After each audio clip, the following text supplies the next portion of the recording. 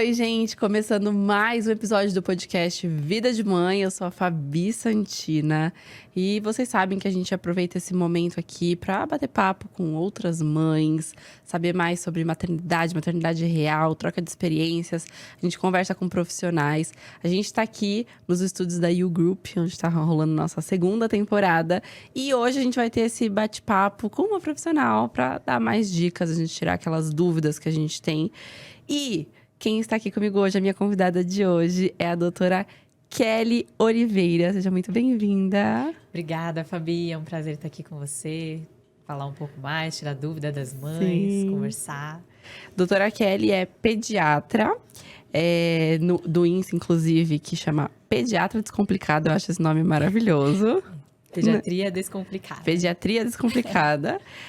Vou deixar o arroba aqui na tela para vocês, inclusive. Consultora de sono, consultora de amamentação.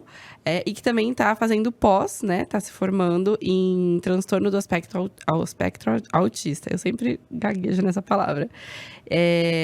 Tem livro, tem podcast, tem curso. Inclusive um podcast que eu já participei, Sim. né? Inclusive vou deixar o link para vocês aí embaixo também.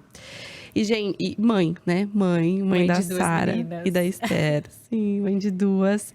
Gente, antes da gente começar o nosso papo, só lembrando vocês que os episódios saem toda segunda-feira às 18 horas no meu canal do YouTube e no Spotify. Então, já segue tudo lá. E tem os cortes também, tanto no YouTube, que é o Cortes Vida de Mãe Podcast, e nas redes sociais, que é @Vida de Mãe Podcast, no Insta e no TikTok. Então, já fica por dentro de tudo. Então, queria te agradecer pela presença. E se quiser se apresentar um pouquinho, eu já te fiz uma apresentação, mas se quiser apresentar um pouquinho mais. Imagina, bom, eu falo que eu tô aqui nas redes sociais, né, desde 2014. Eu tenho essa missão mesmo de trazer informações para as mães, de trazer mais conhecimento.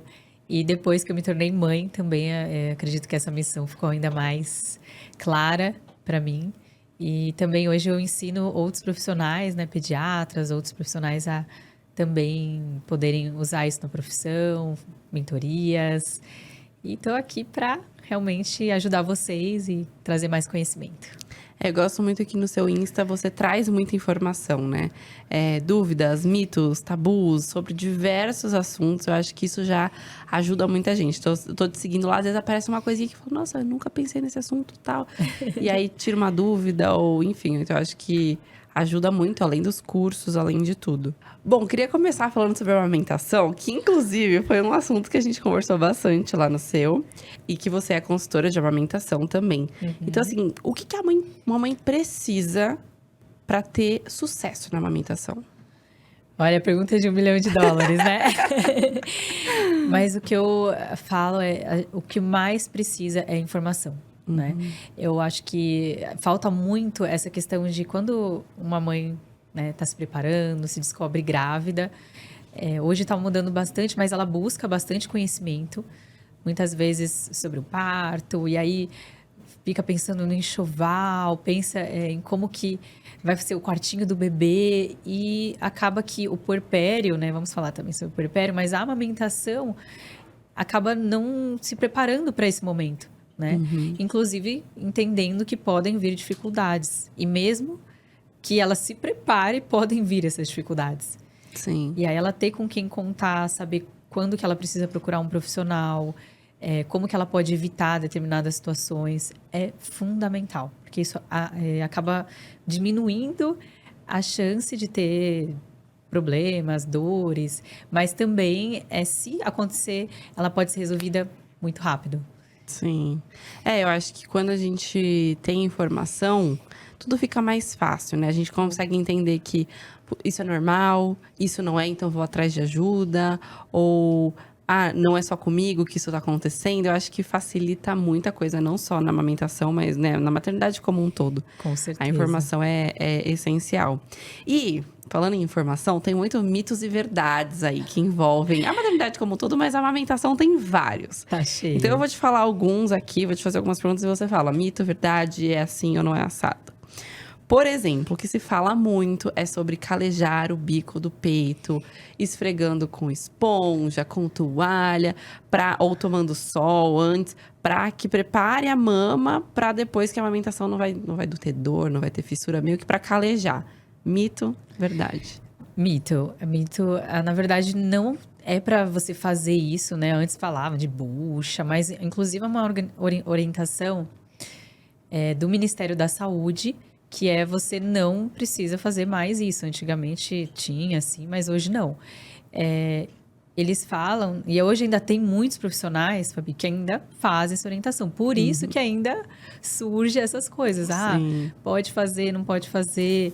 Inclusive, eu tive pacientes que chegaram para mim para fazer aquela consulta de pré-natal com o pediatra, né, antes do bebê nascer. Aliás, se você é mamãe, faça isso, porque vai te ajudar muito em relação a evitar esses problemas. E ela vinha passando limão e bucha no peito, inclusive faz microfissuras. Então, você pode machucar o mamilo, a areola, antes mesmo do bebê nascer, e não é isso que nós queremos. O próprio corpo da mulher, ele já se prepara para isso. Então, existe um escurecimento da areola, que acontece mesmo, e também a pele, ela vai ficando... Existem algumas glândulas que são secretoras de óleos, né, que vão lubrificar essa área. Essas glândulas chamam tubérculos de Montgomery. Curiosidade aqui, né, para vocês. Mas elas também ajudam a lubrificar ali a região da areola.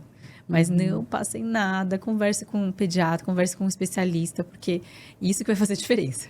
Sim, sim. Não, e fora que às vezes você já vai ficar com a mama machucada antes mesmo de começar a amamentação, né? E aí pode ser ainda mais difícil depois. Outro mito que tem muito é assim, eu tenho o bico invertido, tenho o bico pra dentro, eu não vou conseguir amamentar, é impossível amamentar pra quem tem o bico invertido? Olha, é um mito, sim, que você não vai conseguir, que, esquece, nem tente. Mas você ter um bico invertido ou um bico plano, que é aquele que praticamente não tem, né, a areola, o mamilo pra fora, pode, sim, trazer bastante dificuldade, Fabi. Então, eu até, quando faço a avaliação, né, da mama, tudo, eu olho, falo assim, olha, aqui tem um bico invertido, vamos precisar de ajuda. Então, assim, essa mãe que sabe que tem o bico invertido, ela precisa, não é nem que deveria, mas ela precisa procurar ajuda. Porque vai ser mais difícil, pode ser que não, mas o bebê normalmente tem mais dificuldade para pegar, aí tem que, enfim, fazer técnicas, usar técnicas para ajudar esse bebê a pegar melhor. Já tive vários casos, inclusive, de sucesso no consultório, que a mãe tinha os 2 bicos invertidos e a gente conseguiu. Mas também é muita orientação, lógico, mas também força de vontade, aquela orientação correta para a mãe. E uma coisa que pode acontecer também no bico invertido, Fabi, por o bico tá para dentro, aquela pele, ela não tá sendo exposta ao sol, bem que a gente não fica exposta, mas não tá sendo exposta ao ar, né? E aquilo faz com que aquela pele seja muito sensível, muito sensível. É praticamente assim uma sensibilidade de mucosa. Igual, né, dentro da boca, a gente tem uma sensibilidade maior em algumas áreas, né?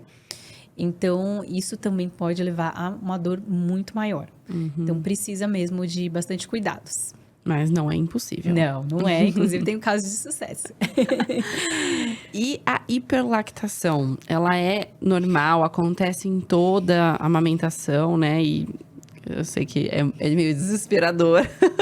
Você teve? Eu tive bastante no começo, assim.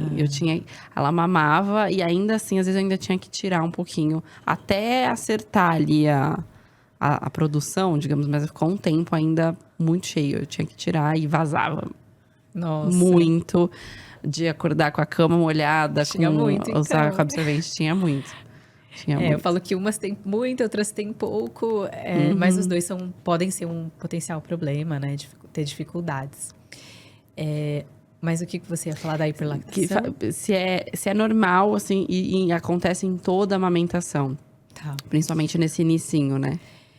Olha, não acontece em todas as mulheres, né? Algumas mulheres, sim, elas produzem mais leite. Então, tem algumas mulheres que têm hiperlactação mesmo, né? Diagnosticada. É lógico que a gente vai perceber isso quando o bebê nascer. E tem que ser também, tem que intervir o profissional, né? Mas como que a gente faz para melhorar, né? Então, às vezes a mãe está com hiperlactação e ela acha que ela tem pouco leite. Olha que coisa doida. Por exemplo, teve uma paciente minha que ela teve caso de abscesso, mastite, que é o problema, muitas vezes, da hiperlactação, é você ter uma mastite, um abscesso, porque você produz muito leite, fica aquela estase de leite, o leite fica ali parado, e aí, com uma lesão, por exemplo, faz um machucado ali no peito, entra a bactéria, aí é porta de entrada para fazer infecção. E aí ela achava que tinha pouco, porque a bebezinha dela, né? Ela recusava o peito, ela chorava, jogava a cabeça para trás, não queria mamar. E ela falava assim, não é possível, eu não tenho leite, porque a bebê não quer mamar. Mas era o contrário. Então tem que ficar de olho, inclusive ela veio, né, de outros profissionais que estavam dando remédio para aumentar a produção de leite. Ou seja, estava piorando a situação dela.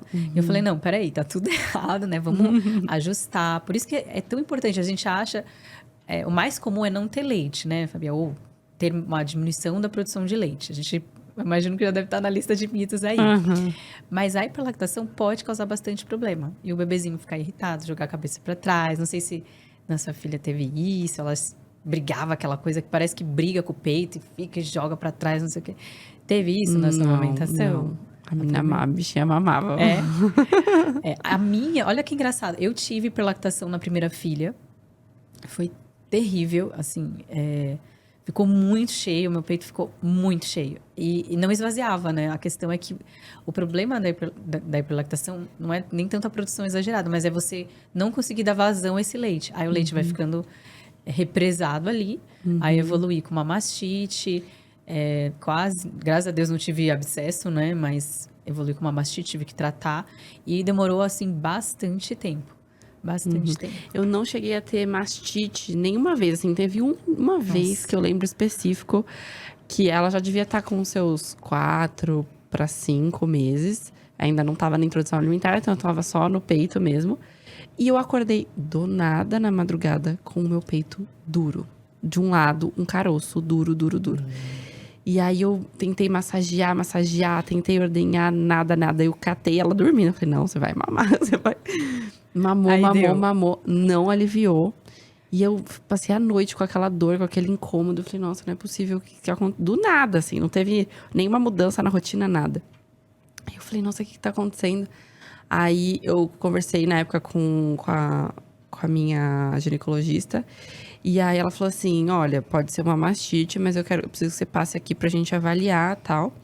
Aí eu falei, nossa, agora de manhã eu tenho uma gravação, não consigo cancelar. Mas assim que acabar, na hora do almoço, eu passo aí, tá bom.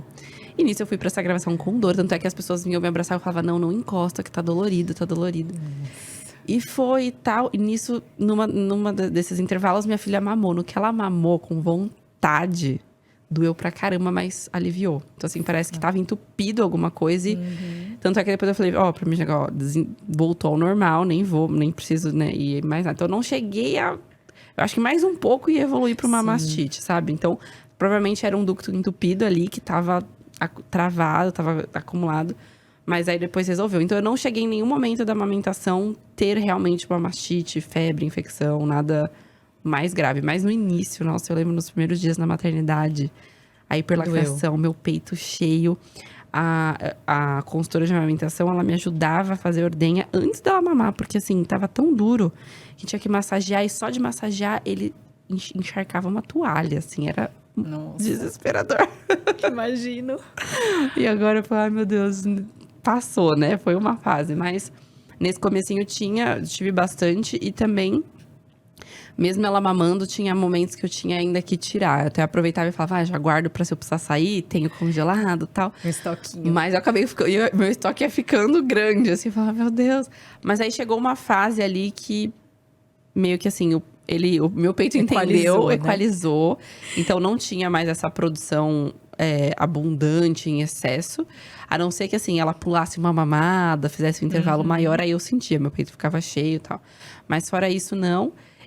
Mas vazou, assim, até uns 4, 5 meses de usar absorvente. Nossa, então você teve mesmo hiperlactação? Eu tinha bastante. Muito.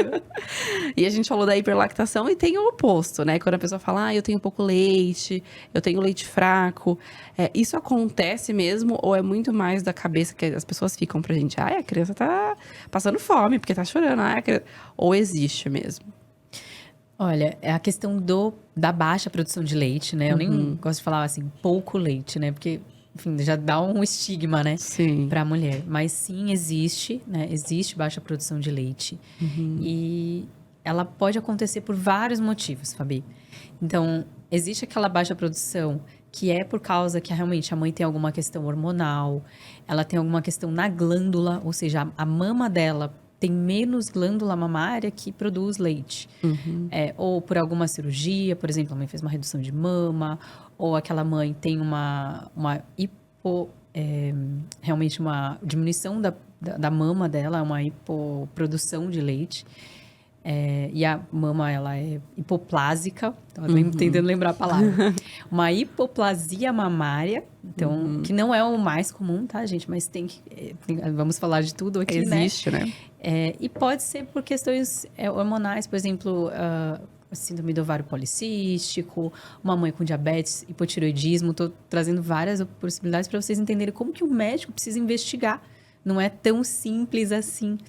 E tem aquela causa que é por causa do bebê. E a mãe sempre acaba, né, sendo culpada, mas qual que é a situação do bebê? Um bebezinho que não suga tão bem. Então, por exemplo, às vezes é um prematuro que não suga, ou um bebê que nasceu com baixo peso, não tem uma força de sucção adequada.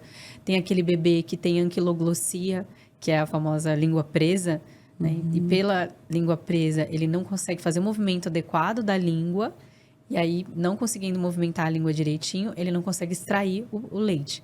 Ah, mas por que isso causa baixa produção, né? Porque nos primeiros dias, né, a criança vai sugar e o leite, ele desce e ele é produzido independente da sucção do bebê. Tá? Isso acontece na primeira descida ali do leite. Mas depois dessa primeira descida, vamos colocar assim, o nosso corpo, ele produz de acordo com a sucção e a extração de leite do bebê. Então, aquela máxima, né, que quanto mais o bebê mama, mais produz. E é verdade, né? Quanto mais o bebê extrai leite, então não adianta a gente fala mama, mas realmente o bebê que tá sugando. Porque aquele bebê que fica o dia inteiro no peito... chupetando, né, que a gente chama. Exato, não significa que ele tá mamando. Pode ser que ele tá só realmente ficando ali porque não tá conseguindo mamar. E aí isso leva a uma baixa produção porque não estimula o peito adequadamente. Então, de fato, existe. Agora, leite fraco, né? Que é um outro tema. Eu falo que não é que existe um leite fraco. O leite materno, o leite humano, ele é o padrão, né? Ele é o padrão ouro, ele sempre vai ser melhor. Ele sempre vai ser superior do que um leite que não é, né? Um leite artificial e tudo. Mas você pode melhorar a qualidade desse leite, né? Então, o leite fraco, quando a gente fala leite fraco, é ruim porque você também coloca lá um estigma de que o leite não é bom e tal. Mas dá para melhorar? Dá. A gente consegue melhorar através da alimentação, de suplementação dessa mãe, qualidade e quantidade de gordura, de calorias. Então, a gente fala tanto da mãe estar bem, né? Diminuir o estresse, que, né? Puerpério quase não é difícil. Aí sim, a gente consegue melhorar. Mas, então, eu falo que não são respostas tão simples, né? Eu não gosto de a gente falar sim, não. Sim. Porque senão o pessoal já vai ficar jogando pedra aqui pra mim, né? Mas explicando mesmo o que é, acho que faz sentido mesmo a gente correr atrás, né? Entender, conversar com o especialista. Porque mesmo nesses casos de baixa produção, dá para reverter, dá para fazer várias coisas para ajudar. E por último, assim, né, de questão de mitos e tudo, tem muito aquele mito de tenho silicone, não vou poder amamentar. Mito, verdade? Não, isso é mito. O silicone, ele não atrapalha. É lógico que a gente tem que entender qual que foi a incisão, né? Então, hoje, eles usam muito mais uma incisão que não é na areola, né? Porque quando você mexe ali na areola, a gente sabe que ali 2/3 das glândulas, né, mamárias estão nessa parte anterior que está próxima à areola. Então, se você corta, pode ser que você está cortando os ductos ali. Mas, mesmo assim, hoje é muito difícil eu ver uma mãe que tenha feito silicone com essa incisão. Eu tenho, pelo menos, está sendo raro, ainda bem, né? Mais incisão inferior e ela não tira a glândula, né? O silicone, ele não tira a glândula. Então, em tese, o que tem ali vai produzir, né? O que pode acontecer de silicone são duas coisas. Uma das coisas o silicone, ele vai diminuir o espaço. Então, às vezes, se a mãe tem silicone e ela vai, né? O leite vai descer, vai aumentar Gente, sério, eu já vi o peito da mãe que parece que vai explodir. É um negócio... O meu. Então, eu tenho silicone. Fabi, porque assim, você já tem um potencial, vamos colocar assim, de ter muito leite. E produzir e aumentar seu peito, né? Vai aumentar a mama, porque aumenta. E aí, mais o silicone aí, pá, aí... eu falo que é o espaço, né? O leite, ele precisa da vazão. Então, o que aumenta a chance? Aumenta um pouco mais a chance de engurgitamento. Então, tem que ficar de olho, fazer o esvaziamento, fazer massagem, né? Cuidado para não lesionar o mamilo. Então, tudo isso. Mas não significa que não vai ter. Inclusive, você, né? Teve muito. Teve muito. Não, mas isso de ficar de grande, assim, cresceu a gestação inteira, cresceu. Meu peito foi o quê? Eu falei, a primeira coisa que cresceu foi o peito. E aí eu ficava, meu Deus, onde vai parar? Agora, na maternidade, na descida do leite, realmente eu falei, meu Deus, vai explodir. Parecia que assim, não tem mais pra onde crescer, não tem mais espaço, não tem mais o que esticar aqui. Então foi chato. Pode acontecer. Tanto é que agora faz um pouco mais de 2 meses que eu finalizei o desmame, né? Aí eu falo, ai, gente, voltou pro tamanho normal, graças a Deus, tá servindo os meus... Porque eu ficava, não vai voltar nunca. Eu pensava, nunca mais vai ser o mesmo. O mesmo não vai ser, mas o tamanho, eu ficava, vai ficar desse tamanho pra sempre. Não, ele diminuiu de novo. E olha, aí tem mulher ficando feliz que o peito tá maior, né? Tá vendo? Tem gente então, que fala, nossa, eu quero ficar com esse peito pra sempre, né? E depois desaparece. Não, mas o meu tava muito grande. Eu falava, não. Eu, por exemplo, não tenho nada, né? Eu falei, gente, aí eu ainda tô amamentando, então tá ok. Mas eu falei, gente, depois que eu desmamar, eu acho que vai puxar. Vai embora. Ai, mas acontece. E, Fabi, uma outra questão que eu falei do leite, do silicone, é que se a mulher põe o silicone, porque talvez ela não tinha nada, ou porque tinha uma mama muito assimétrica, pode acontecer, eu tinha peito de um lado e não tinha do outro. Pode sinalizar uma hipoplasia. Então, tem que até o médico, né, no caso, o ginecologista, o pediatra, que vai avaliar, vai falar, como que era o seu peito antes? E aí, por quê? Porque se ela não tinha e de repente tem, né? Porque o silicone, ele corrige isso, né? Então, você não sabe como que era a anatomia dessa mãe. Aí, é uma coisa que tem que ficar ali, aquela pulguinha atrás da orelha, pro médico, falar, tá, vamos ver. Não necessariamente até pra mãe, sabe? Porque eu falo que a mãe, a gente não tem que, muitas vezes, ficar colocando alguma coisa que ela vai ficar com aquela preocupação ou achar que não vai dar, mesmo antes de ter, sabe? Mas... acho que para o profissional é importante saber. E a gente falou do silicone, mas e no caso da redução de mama? Porque aí já é uma intervenção muito maior, né? Sim. Aí pode atrapalhar. Pode.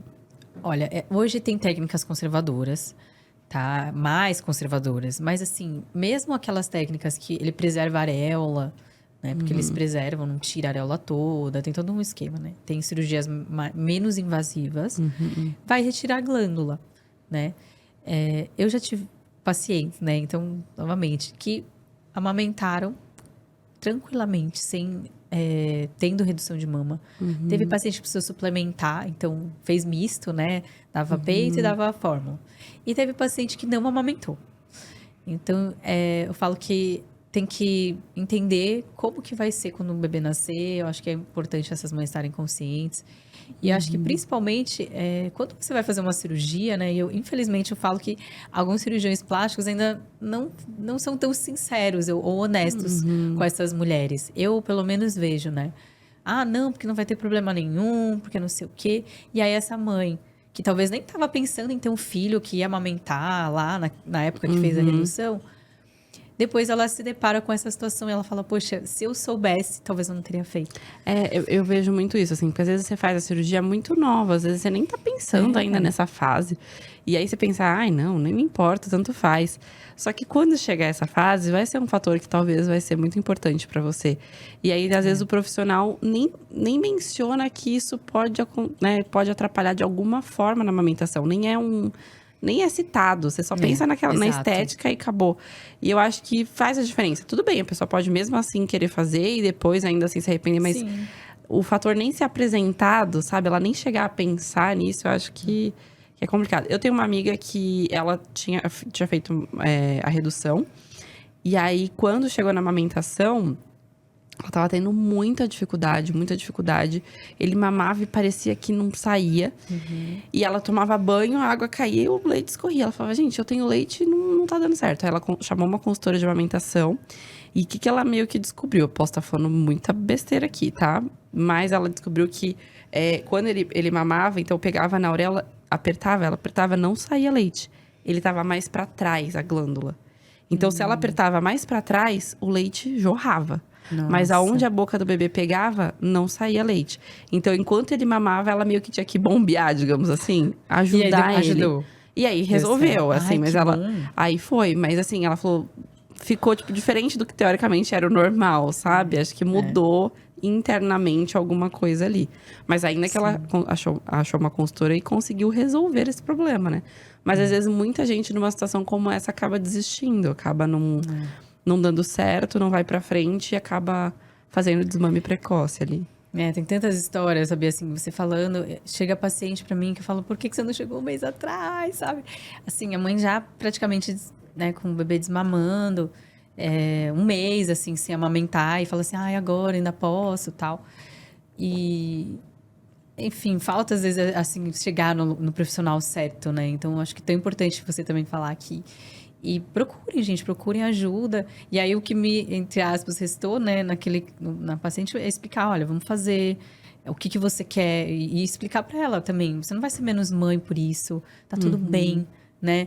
Acho que a gente também faz o que a gente pode com a informação que nós temos, com o conhecimento que nós temos. Por isso que o conhecimento é tão importante. Tão importante. Sim. E você citou um pouquinho a questão da língua presa, né? Você, uma das suas filhas ou as duas tiveram língua presa? Uma teve e fez a cirurgia, que é a Esther, a minha primeira, né? E foi inclusive a que eu tive, assim, todos os problemas de amamentação da vida. 2 mastites, candidias, tive fenômeno de Renault. Talvez as pessoas nem saibam o que é isso, mas depois se vocês procurarem, tem lá no meu blog, pode procurar. Tive também, ela teve a língua presa, ela teve torcicolo congênito, várias outras coisas. E aí, fez a cirurgia com 9 dias. Já a Sara não tinha problema nenhum. Ela tinha, assim, um frênulo posterior, ou seja, uma língua presa mais atrás, ali um pouquinho. Mas acabou que não precisou fazer a cirurgia. E até eu faço essa cirurgia, né? Mas não fiz da minha filha. Porque não ia dar certo eu fazer dela. Não ia dar. Mas aí, em questão da língua presa, o quanto ela pode impactar na amamentação, né? Demais. Assim, existem vários trabalhos, tá? Científicos mesmo, que comprovam isso. Hoje, inclusive, né, existe o teste da linguinha, que é feito em maternidade, que é por lei, que você faz uma triagem ali para ver se o seu bebê tem língua presa ou não. Que, novamente, uma triagem. E também é muito examinador dependente. Então, suspeitem mesmo que venha normal. Se tiver alguma dificuldade, busca uma segunda opinião, né? Exato. Porque, lógico, cada vez estão melhorando mais, né? Essas triagens e tudo, mas pode ter falha, principalmente de frênulo posterior. Então, essa linguinha presa, que não é aquela linguinha que já fica aquela linguinha de coração logo de cara, ela pode não ficar tão óbvia. Então, provavelmente os problemas talvez comecem um pouquinho depois, ou ninguém saiba o que é. É porque muita gente também coloca isso do tipo, não, a amamentação é difícil mesmo, tem dor mesmo. E aí você acaba tem meio que calejar. É isso. Então você meio que, às vezes, não vai atrás de descobrir se tem alguma coisa além, né? Então você meio que normaliza ali a dificuldade, a dor e tal. E isso é uma coisa que você falou que eu acho tão importante, Fabi, de não normalizar, né? Não normalizem a dor, gente. Amamentar, ter dor para amamentar não é normal, né? Eu falo que é comum, Fabi, pode chegar até 90% das mulheres, até mais, tem estudos que mostram, mas não é normal, né? O normal é não ter dor, e aí, lógico, a gente vai atuar nessa área para as mães não sofrerem. Se tem dor, tem que descobrir qual tá sendo o problema, que pode ser uma pega errada, pode ser uma língua presa, pode ser, enfim, alguma coisa que aí tem que investigar. E não só ir deixando até uma hora vai calejar e vai parar de doer, né? Não, porque pode só piorar. E até levar até o desmame precoce, né? Eu, no meu caso, eu tive muita dor no início. Tive essa hiperlactação, tive engurgitamento, tudo. Mas a Gigi tinha a língua presa. Eu só fui descobrir com 7 meses. Com 7? Eu só fui descobrir, não por conta da amamentação. Eu acho que até com a Fona, a gente conversando, por ter uma hiperlactação, ela não teve dificuldade para conseguir o leite que ela precisava. Lógico, porque entendeu? tava sobrando. Porque tava saindo sozinho, né? Mas eu fui descobrir, na verdade, por um atraso do desenvolvimento motor dela. E aí que a gente foi... E aí nisso, assim, várias coisas foram fazendo sentido. A dor que eu tive muito no início. A gente achou fotinhos dela quando bem recém-nascida, até na maternidade, com a linguinha de coração. Numa foto que ela tá com a língua pra fora, fazendo um coraçãozinho. Tava fazendo um coraçãozinho. Ela mamava com 7 meses ainda, por 1 hora. Meu Deus, você sofreu demais. E eu pensava assim, não, é dela, é normal, né? Porque sem informação a gente não sabe muito o que fazer. E aí aí nisso a gente foi vendo que realmente tinha algumas questões. Não impactou, graças a Deus a amamentação fluiu e seguiu. Mas talvez teria sido muito mais fácil, muito mais tranquila se a gente tivesse descoberto isso antes, né? E no meu caso, eu tinha hiperlactação, então assim, seguiu. Mas muita gente pode acabar, por isso, não seguindo com a amamentação. Então, ir atrás de uma segunda opinião, ir atrás, né? E, enfim, investigar por que tá doendo, por que tá sendo difícil. Eu acho que faz total diferença ali. Ah, com certeza. Conta comigo pro próximo. E vamos falar um pouquinho, já a gente falou um pouco de amamentação, mas um pouquinho do desmame, né? Porque eu passei recentemente pelo desmame. Como que você recomenda que ele seja feito? Você tem alguma dica para quem... O desmame no sentido de quem realmente falou, agora chegou meu momento, vou começar esse processo de desmame. Sim, olha, o desmame, eu falo que ele é um processo que ele deve ser feito de maneira longa, né? Prolongada, gentil, de maneira gradual. Então, tome cuidado com aquelas dicas, né? Ou aquelas pessoas que falam, coloca pimenta no peito. Ou até mesmo usar aqueles band-aids, né? Coloca o band-aid e fala que fez dodói. Tô falando aqui crianças maiores, né? A gente tá falando de desmame. Ou então, some por uns dias, né? Porque o pessoal fala, não, é só você vai viajar que na volta a criança não vai mais mamar, né? E assim, é um relacionamento tão intenso, a amamentação, que eu falo que ela merece ser finalizada de um jeito respeitoso, sabe? Gentil, como deve ser. E você encerrar um ciclo que começou, às vezes, difícil, mas que teve muita superação. E esse relacionamento, né? Essa forma de se relacionar com seu filho, ela merece ter esse encerramento gostoso, sabe? De você, tipo, que bom que foi bom, né? E não só por isso, que pode causar algum tipo de trauma, a questão do psicológico da criança, né? É óbvio que não é para colocar medo nem culpa em vocês, né? Mas já tive casos de paciente que teve recusa alimentar, recusa assim mesmo, parou de mamar e a criança parou de comer. Literalmente parou de comer e teve que trabalhar depois com fono, aí TO e psicóloga. Então, como a gente consegue identificar muitas vezes se a criança está pronta, não está, entender o momento e fazer de maneira gentil, vai ser muito, muito melhor, muito mais gostoso. E eu acho que assim, são 2 momentos, né? Entender o momento da criança tá pronta, mas da mãe também.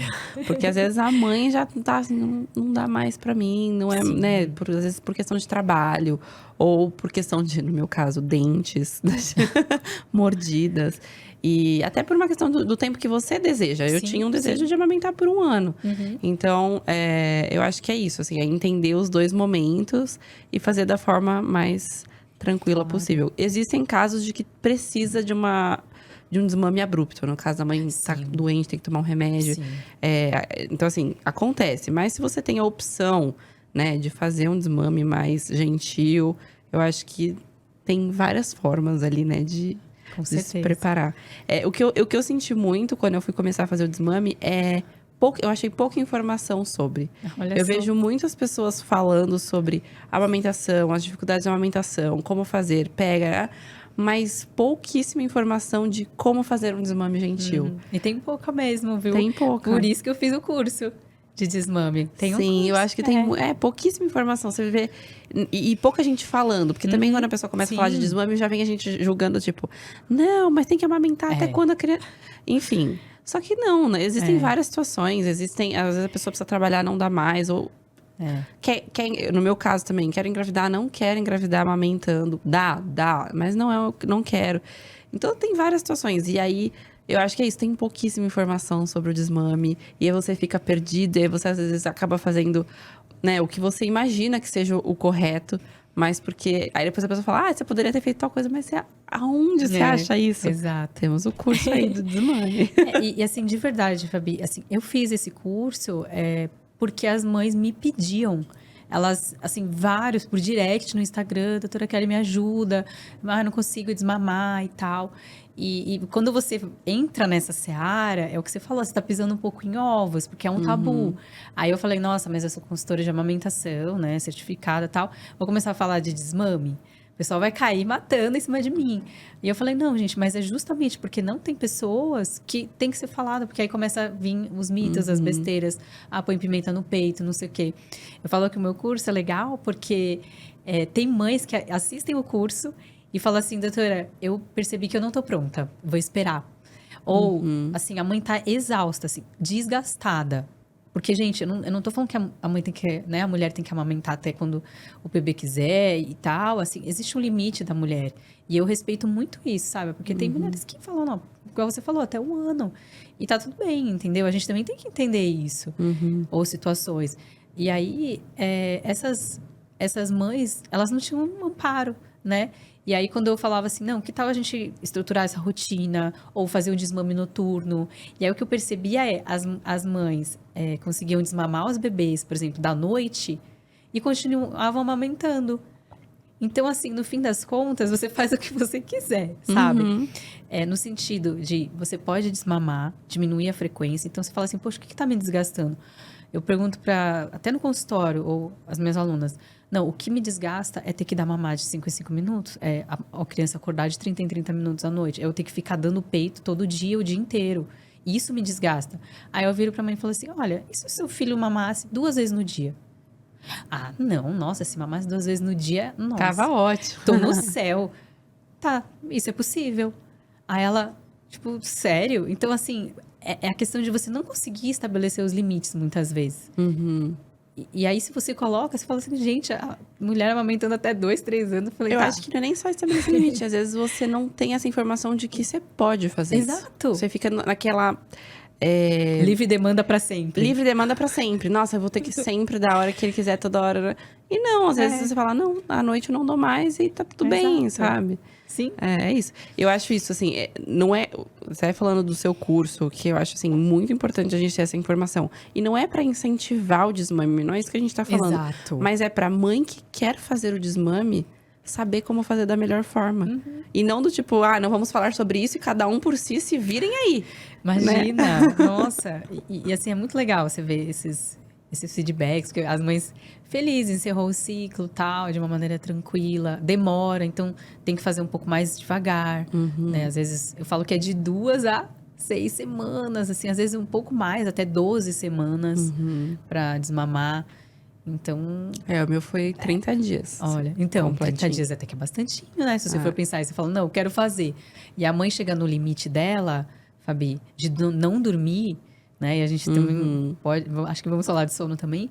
Mas ela chega no limite dela e ela quer tirar de um dia para o outro, porque ela não aguenta mais. Sim. Só que se ela chegou nesse ponto, já passou, entendeu? Você concorda que ela devia ter pedido ajuda antes, devia ter olhado isso antes.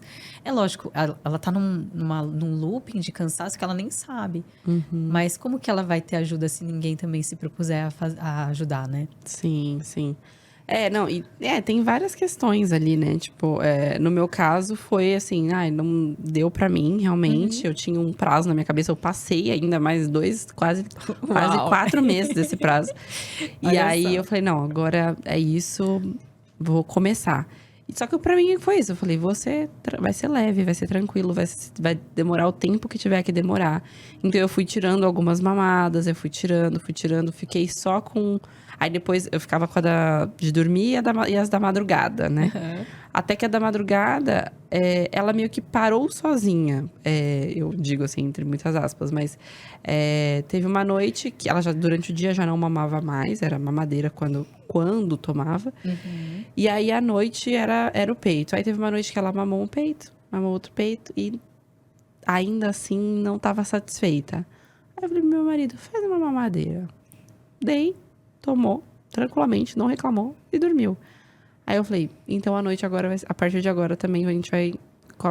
se ela acordar e quiser mamar, tal, vai ser mamadeira. E aí eu fiquei só com a última, que era a de dormir, né? A última do início da noite. E essa foi um apego meu, do tipo assim... Eu falo que essa foi da saudade. Essa foi da saudade, do tipo... Não, amanhã. Não, mais uma semana. Não, deixa passar tal coisa. Não, deixa passar isso aqui. E aí fui ficando com só essa. Eu ficava, só faltava essa, pra, literalmente. E ela nem mamava mais, assim. Ela só vinha 2 minutinhos, tipo, nem queria realmente mamar. E eu ficava assim, ai, tá. Era do meu apego, não do dela, né? Sim. E aí eu falei, não, teve um dia que eu falei, não, realmente, agora, hoje é a última e é isso. E ela nem pediu mais, né? Ela simplesmente, ok. Aí às vezes ela me via assim, ela, Teteu, mas não tem mais. Ela, tipo, ok. Eu falei, gente. Eu acho até que se eu tivesse esperado mais pra frente ia ser mais difícil, porque acho que ela ia entender um pouco mais, no meu caso, né? Mas foi mais tranquilo o desmame pra mim do que eu esperava. Na verdade, foi mais sentimental pra mim do que pra ela. Eu achava que ela ia sofrer muito mais e eu sofri mais, né? Mas faz parte. E você falou do sono, vamos entrar nesse assunto de sono também. Que eu acho que é uma coisa que, principalmente no primeiro ano de vida do bebê, nos primeiros meses, principalmente, o sono é o que impacta muito na vida da mãe. Né? Além da amamentação, que pode mexer muito com a gente, mas o sono, a privação de sono, né? Do bebê acordar muitas vezes à noite, madrugada, enfim, ficar doente, que muda tudo. Então, acho que o sono é uma coisa que a gente devia, mães, estudar mais antes. Então, a gente pensa muito no parto. E, às vezes, muitas acabam pensando também na amamentação, mas a gente para por aí. Pelo menos até o filho nascer. E aí, depois que nasce, começa aquele monte de coisa que a gente vai... Ai, preciso ir atrás de um curso de sono, disso. Mas eu acho que se a gente já soubesse algumas coisas antes, ia facilitar muito, né? Então... E aí, falta tempo também, E aí, depois que tem filho, você já não tá dormindo. Que hora você vai fazer o curso, né? Então, antes, enquanto você tá grávida, parece que não tá dormindo, mas depois a privação é diferente. Então, assim, uma coisa que tem muito, até juntando sono com amamentação, tem que acordar o bebê pra mamar. Tem que acordar em todos os casos ou não? Tem casos específicos que tem que acordar o bebê pra mamar? Não, calma. Não precisa acordar o bebê sempre pra mamar, né? O que eu falo que eu oriento no consultório mesmo, sabe? Eu preciso avaliar a amamentação. Então, se a amamentação tá fluindo bem, o bebê tá bem, as coisas estão encaixando, eu falo, não precisa mais, né? E geralmente, assim, isso se restabelece nas primeiras semanas. Então, com 2, 3 semanas, aí é um pouco individual, porque eu avalio o paciente, né? Bebê a bebê. Eu falo, não precisa mais. E aí, ok. Geralmente as crianças, os bebezinhos acordam, né? Mas aquela coisa de ficar 3 em 3 horas... Gente, por favor, né? E detalhe, né? Uma coisa que eu não sabia, que assim, 3 horas é conta da hora que começou a mamar. Porque que nem a gente mamava 30, 40 minutos, aí pensava, 3 horas daqui. Não, já passou quase uma, digamos assim. Então, mas isso é o que dizem, né? Mas aí na maternidade, principalmente na maternidade, eles fazem de 3 em 3 horas. O bebê é recém-nascido, ele nem tá acordando muito ainda. E eu ficava, meu Deus do céu, cada 3 horas, de novo, não, meu Deus. E aí, depois passei no pediatra, ele falou, não precisa ser assim. Ele falou, pode passar 4, 5, assim, à noite. Ela tava ganhando peso e tal. Sim. Aí, quando ela completou 1 mês, ele falou assim, à noite, não acordou pra mamar? Deixa dormir. Porque ela tá ganhando peso bem, tá tudo ok, tá... E ela começou a dormir 8 horas à noite. Que maravilhoso. Porque eu ficava com uma dó, tipo assim, dava 4 horas, eu falava... não, a menina desmaiada lá. Eu falava, não, vou ter que acordar ela pra mamar. Mas aí foi só no comecinho mesmo, bem no comecinho, depois foi mais tranquilo. E é isso, eles acordam pra mamar, eles acordam com fome, enfim. Mas não é regra, não tem que acordar pra sempre criança de 3 em 3 horas. Só fica muito tempo. Tem alguns pediatras, né, que falam até 1 mês. No consultório, eu sempre individualizo bastante, então depende do paciente. Tem bebê que não tá ganhando peso, tem bebê que tá com dificuldade na amamentação. Tem várias situações. Tem bebê que começa a mamar e dorme, então acaba não mamando muito. Exato. Aí tem que acordar, despertar o bebê. Mas a gente tem que ficar muito mais de olho, né? No caso, os profissionais e orientar as mães a melhorar a qualidade dessa mamada. Então, por que não tá ganhando peso? Certamente não é porque ele acorda de 3 em 3 horas, ou não acorda. É porque acorda e dorme, é porque às vezes tem uma língua presa, a mãe tá com baixa produção. Alguma coisa ali. E aí, é isso que o profissional tem que atuar. Não é falar pra mulher, fica acordando de 3 em 3 horas que vai resolver seu problema. Gente, não vai. Não é? A mãe vai pirar. Coitada. Tadinha aí a mãe dessa mãe. E ainda 3 horas de relógio, sabe? Não é nem assim quando acaba a mamada. Porque a mãe fica 1 hora e meia, aí mais meia hora pra pôr pra rotar, mais meia hora pra pôr no berço. Já tá na hora de mamar de novo, é um ciclo. Eu falava, é um ciclo sem fim. Não, ai, gente, coitada das mães. Eu vou dizer que elas sofrem, né, muitas vezes. Não, esse negócio de 3 em 3 horas nos primeiros dias ali, que você tá na descida do leite, o peito doendo, não sei o quê. Gente, era tipo, começar a bater ansiedade. Você fala, não, de novo, não, de novo, não. Era desesperador. Ela, não vou dormir nunca mais. O que eu fiz a minha vida? Ainda tá no puerpério, tudo, junta tudo. Nossa, pra mim ali a maternidade foi o baque, sabe? Eu, tipo, o que eu fiz a minha vida? Ainda bem que a mãe tem memória, né? Que passa, né? Passa essa parte. Já quero outro, tá vendo? Passa. Viu? E as sonecas, né? Então tem muitos mitos também sobre a soneca. Ai, não deixa o bebê dormir de dia pra ele dormir melhor de noite. Ai, bebê recém-nascido dorme muito. Enfim, como que a gente entende um pouco dessa questão da soneca? Tem sim que deixar o bebê dormir de dia pra ele poder dormir bem à noite, né? Sim. A soneca, isso acontece porque o bebê ele tem um sono cíclico e polifásico. Polifásico quando é recém-nascido. Ou seja, ele não diferencia o dia da noite. Então, é como se ele tivesse períodos de sono ao longo do dia e da noite que não estabelece ali um horário que ele dorme mais tempo. Aí, por volta aí das 6 semanas, mais ou menos, a criança já começa a ter um sono que não é polifásico, né? É como parecido, vamos dizer assim, com o sono do adulto, mas ainda tem as necessidades das sonecas. Porque a criança não consegue ficar tanto tempo acordada. E aí, o bebezinho, ele precisa ter esses... É como se tivesse um tempo ali de ciclo que ele precisa descansar mesmo, para conseguir restabelecer energia e começar a hora que acorda, começar tudo de novo.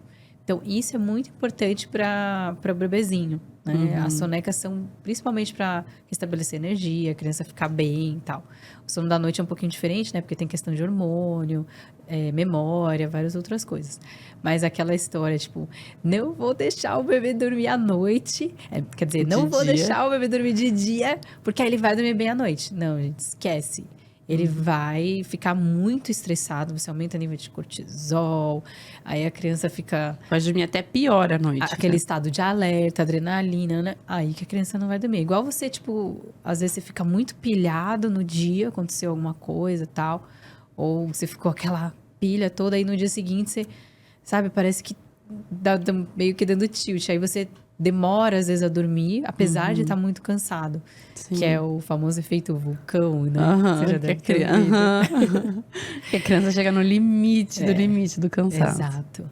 Então, não façam isso. Não façam isso. Deixem as crianças dormir. Isso. E em que momento que essa soneca, ela fica mais pontual, assim? Você consegue perceber ela na rotina? Porque no começo, assim, bebê bem recém-nascido, não tem muito horário pra nada, né? Não que eu tô falando pra estabelecer horários. Mas, assim, quando você começa a entender que, agora ele faz 3 sonecas, 4 sonecas, em que fase? Olha, é logo cedo, assim, já dá pra... Com 2 meses, o bebezinho, ele já começa a ter uma rotina. E até eu falo que esse período que o bebê começa a diferenciar o dia da noite...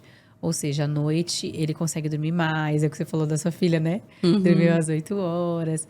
E de dia começa a ficar mais acordadinho, que é entre 1 mês e meio e 2, você já consegue começar a estabelecer uma rotina. E, gente, rotina é vida, né? Rotina é maravilhoso. Eu demorei pra fazer rotina com a minha filha, Olha, assim. Rotina mesmo. Demorei. Eu tinha a rotininha da noite, assim, mas não tinha um horário muito certo. Não que tem que ter, mas assim, era muito variável. E agora a gente tem uma rotina mais certinha, agora que ela tá na escola, tudo. Tem, durante a semana, é lindinho. Aí ela dorme no horário... eu acho que assim, eu vejo hoje pra mim, que a rotina liberta. Porque, por exemplo, eu sei o horário dela, mais ou menos, o horário dela da soneca da manhã. Então, se eu preciso, que nem ontem, eu fui visitar uma amiga no interior. pegar a estrada com ela, eu saio no horário da soneca, porque ela vai dormir no caminho. Então, facilita muito, sabe? Assim, até de você se organizar. Então, eu sei o horário que ela mais ou menos dorme entre 7h30 e 8 horas da noite. Aí eu sei, depois disso que assim, eu e meu marido, a gente vai assistir um filme. Antes não tinha isso, assim, não, que horas vai dormir? Não tinha muito. Então, facilita a nossa vida também e pra eles, né? Porque dá uma previsibilidade e tudo. Então, hoje eu vejo a importância da rotina. É que eu não era uma pessoa que nem eu tinha rotina, né? Então, aí eu ia falar até isso, que provavelmente mim. você é mais flexível, gosta de ter essa flexibilidade, tal, de horário. E acontece, mas assim, ajuda bastante. Eu falo que é o que você falou das duas palavras, né? Previsibilidade e segurança. E o bebê precisa disso, então ajuda bastante, né? Eu acho que as mães que têm mais essa dificuldade, geralmente as que têm um horário mais flexível, têm mais também essa dificuldade própria, né? Mas ajuda muito os bebês e ajuda também o soninho deles, né? E vocês também ficarem mais tranquilos. Então, rotina é vida, gente. Façam rotininha para ajudar os seus bebês. E desde quando a gente pode começar a rotina? Desde essa idade, 6 semanas, né? 1 mês e meio, 2 meses. Que é assim, o bebê ter mais ou menos um horáriozinho para acordar, né? Falo que é um ciclo, né? Então, a criança vai acordar, ela vai brincar um pouquinho, geralmente mama, aí ela vai ter os sinais de sono, então quando você perceber os sinais de sono, ela vai dormir de novo, quando acorda, esse ciclo recomeça. Então, essa percepção de como funciona o bebê ajuda muito você a estabelecer uma rotina que não é rígida, ou seja, não é um negócio assim, o horário tal tem que ser assim. Não, mas que você consegue estruturar e até adequar de acordo com a sua necessidade. Então, eu tenho um compromisso mais tarde, preciso que durma mais tarde. Então, você já ajeita a rotina de um jeito. Eu tenho que... o horário da soneca ali é tal horário, então eu vou sair de carro esse horário para ela pegar e fazer o sono no carro. Então, é você entender como que você pode usar isso a seu favor. Sim. E é isso, não ser tão rígido em horário. Então, a Gigi, por exemplo, ela faz uma soneca no período da manhã. A gente sabe ela tem mais ou menos um horarinho ali que ela faz. Mas, às vezes... estende um pouco para mais tarde, às vezes é mais cedo, às vezes ela acordou mais cedo, então acaba sendo mais cedo. Então, por exemplo, esse dia a gente ia sair um pouquinho mais tarde do horário da soneca dela. Então, a gente deu uma segurada ali, então aí ela fez a soneca no carro, porque a gente falou, ela vai chegar lá já renovada, né? Então, ter essa flexibilidade. E, inclusive, a Gigi, hoje ela até tem uma soneca um pouco mais longa, mas ela sempre foi um bebê que fazia sonecas muito curtas.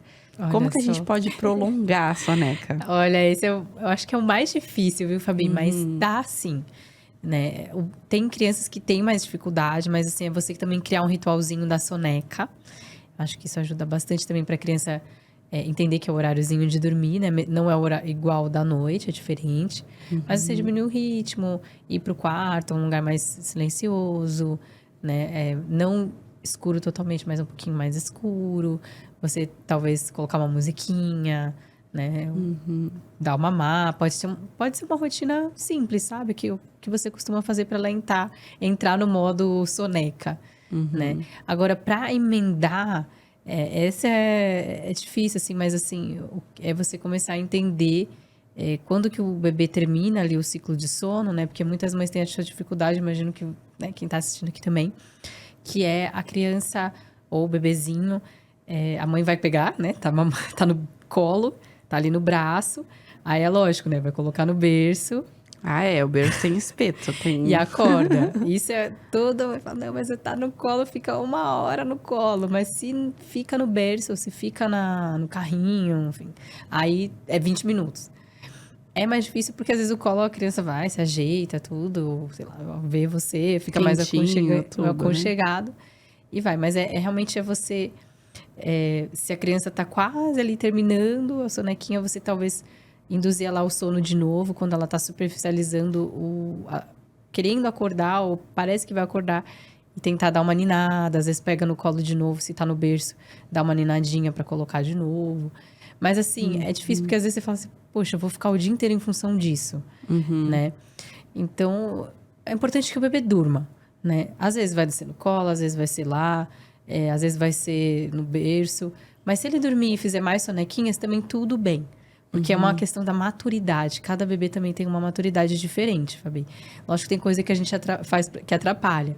Mas se você tá fazendo tudo certinho e assim, a sua vida é corrida, você não consegue ficar ali com o bebê, faz o que é possível. Não se estressa. Ontem mesmo visitei uma amiga que tá com um bebezinho de 2 meses. E aí, ele fez a soneca e tal. E a gente, né, tava com visita em casa. Totalmente sai da rotina. Mas aí, ele dormiu e no colo dela, ela falou... eu coloco no carrinho, no berço, a corda. Então, vou ficar aqui no colo mesmo, que pelo menos é importante ele dormir. Porque se ele não dormir bem de dia, ele não vai dormir à noite. E eu só pensei assim... É isso, cara. Faz o que é melhor pra você, entendeu? Uma hora você vai conseguir transferir ele pro berço e ele vai ficar. Mas, assim, não se estressa. Porque, assim, ainda tá com gente em casa, vai fazer barulho. Aí você consegue colocar a criança, o cachorro late, acorda. Faz o seu aí que... E sabe o que acontece? Também passa tão rápido, né? A gente depois quer ficar com eles no colinho. Eu falei pra ela assim, olha, o seu tem 2, a minha tem 1 e 5. Eu venho do futuro pra falar... que passa. Então, assim, eu nem lembro mais dessa fase de ter que ficar com ela no colo. Hoje ela anda, ela não quer nem ficar no colo. Nossa, então... se joga. Eu pego a minha no colo, ela já fica assim, ó. Ela já fica se mexendo pra descer. Eu falei, então, relaxa que assim, parece que não vai passar, mas passa. Então, é uma fase, tá tudo bem. Exato. Faz o que tá dando certo.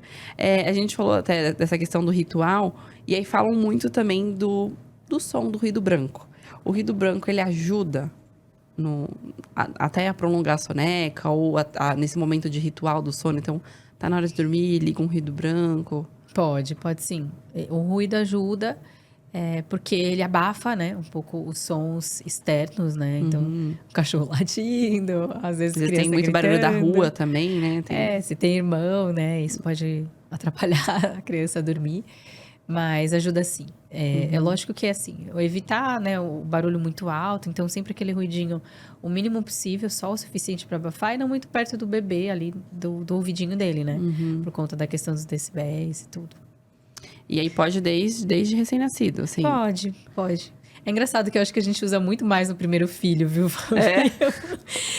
Depois eu tenho nem tempo de pensar nisso. Não, eu era louca do ruído branco, eu colocava, né? Eu também oriento ainda bastante, né? Mas assim, na segunda, gente, tinha barulho, era furadeira que tava em reforma em casa. E dorme do mesmo jeito. Nossa, não, tudo bem que eu acho que são bebês diferentes. A Sarah sempre foi uma bebê que dormia muito bem. E aí eu nem usava, porque ela dormia de qualquer jeito. Agora, a minha primeira filha, a Esther, ela é mais ligadona, assim, ela demora a dormir. Mas quando dorme, agora, graças a Deus, é igual pedra. Sim. Ela tá com quanto tempo? Vai fazer 3 anos e 11 meses. Não, eu usei, o ruído branco eu usei bastante, assim, até os 4 meses da Gigi. Por conta da questão da esterogestação? Não, nem isso, assim. Porque até os 4 meses ela dormia no bercinho acoplado no nosso quarto. E aí, assim, você levanta, vai no banheiro, tal. Então, eu usava baixinho ali e tal. E aí, meu marido também tinha isso do tipo... Ai, não, tem que tirar, porque senão ela só vai dormir com isso. E quando não tiver isso, né? Porque a gente conhece gente que a criança só dorme se tem o som. Enfim, e eu pra mim, não tem problema. Não. E ele aí ficou nisso. Aí teve ela com 4 meses, ela começou a dormir no quarto dela. E aí a gente falou, não precisa, porque no quarto dela a gente deixa a porta fechada, não tem barulho, não tem essa movimentação. E aí a gente meio que tirou.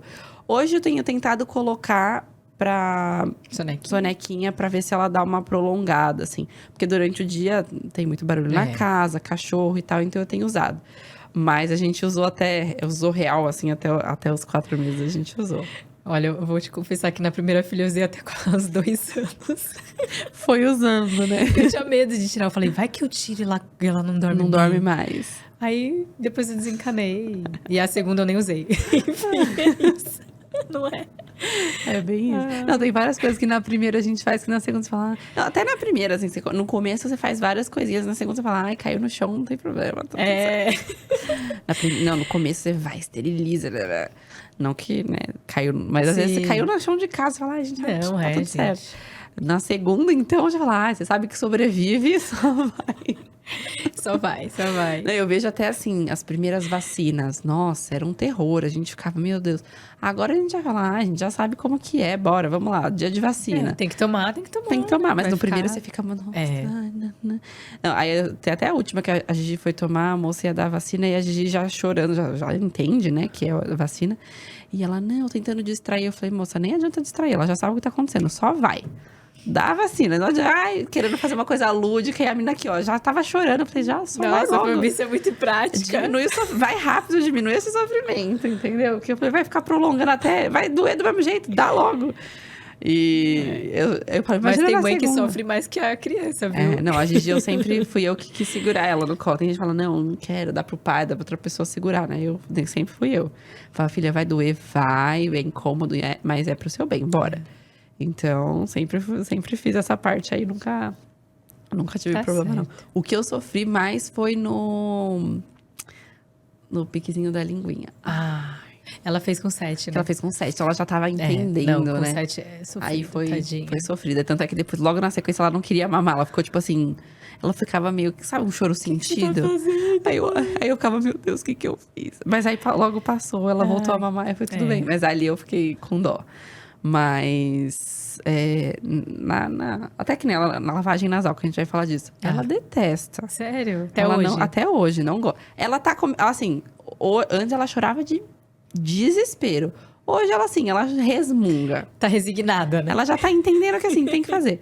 Então, eu faço com uma dosinha, mas eu falo, filha, é pro seu bem, você não tá respirando direito, bora, tem que fazer, tá resfriada, tá gripada e tal. Mas dá uma dosinha, né? Porque a criança tá ali não querendo, e você que tinha um aplicativo que ficava avisando os saltos. Até porque eu acho que é diferente pra cada... Sim. Não é, necessariamente vai ser naquela semana, não.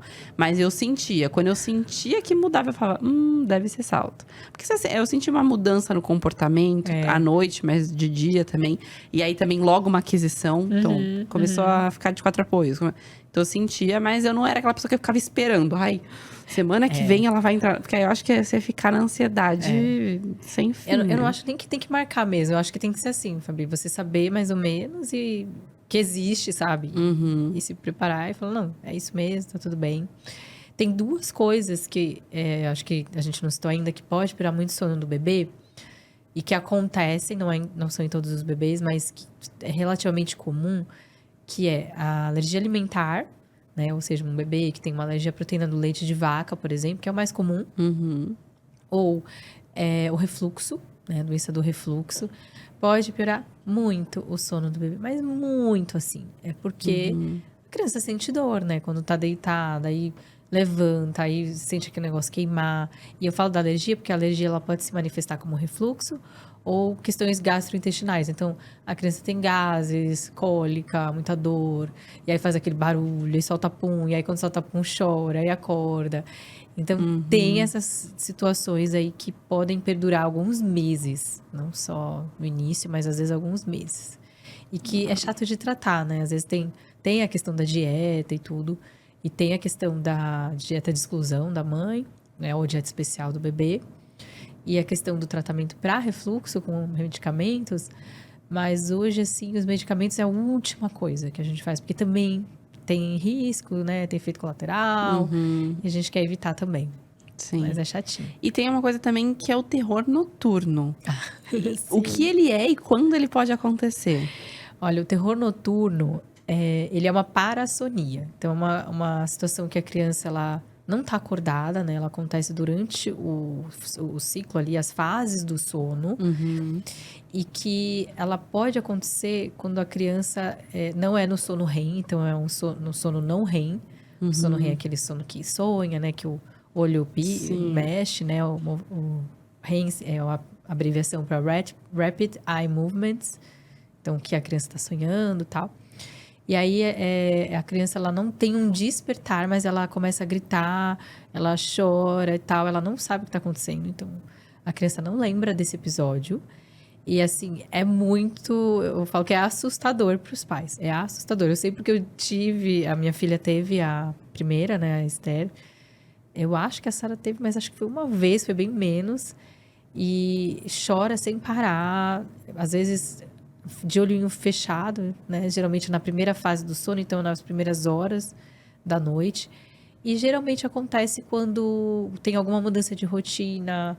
Às vezes, a criança começou a ir para a escola, ou foi um dia mais puxado, às vezes dormiu menos, foi mais cansativo.